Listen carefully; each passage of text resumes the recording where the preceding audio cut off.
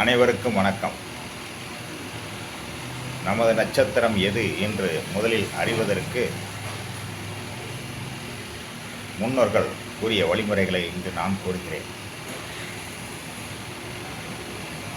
முதலில் ஒரு ஜாதகத்தில் லக்னம் வலுவாக இருக்கிறதா என்பதை அறிய லக்னாதிபதி எவ்வாறு இருக்கிறார் என்று தெரிந்து கொள்ள வேண்டும். லக்ன நட்சத்திராதிபதி எப்படி என்று தெரிந்து கொள்ளும். லக்ன நவாம்ச அதிபதி எப்படி என்று தெரிந்து கொள்ள வேண்டும்.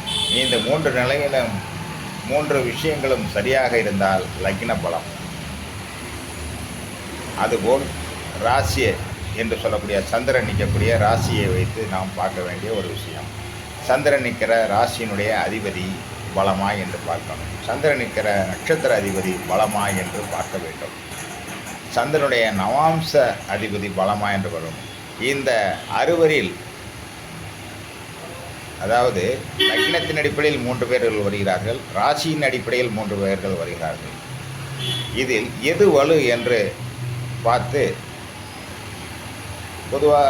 நாம் பொதுவாக சொல்வதை விட லக்னம் வலுவாக இருந்தால், 3 நிலையில் லக்னம் வலுவாக இருந்தால் லக்ன நட்சத்திரமே நம்முடைய ஜென்ம நட்சத்திரமாக எடுத்துக்கொள்ள வேண்டும்.